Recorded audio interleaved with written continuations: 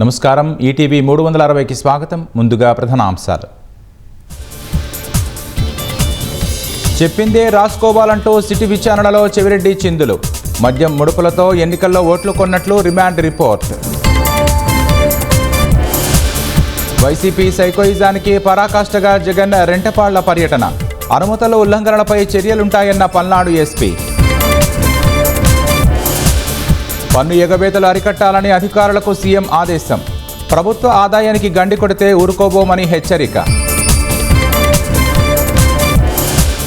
బనకచెర్లను తెలంగాణ అన్ని విధాలా అడ్డుకుంటుందన్న రేవంత్ రెడ్డి.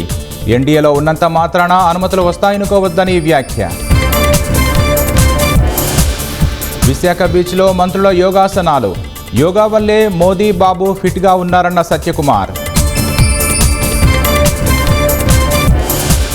నెల్లూరు జిల్లా రచయితల బాల సాహిత్యానికి కేంద్రం గుర్తింపు. శివకుమార్ రాసిన కబుర్ల దేవత పుస్తకానికి పురస్కారం. భారత్ పాక్ అణుయుద్ధాన్ని ఆపానంటూ ట్రంప్ మళ్లీ ప్రగల్భాలు. త్వరలో వాణిజ్య ఒప్పందం చేసుకోబోతున్నట్లు వెల్లడి.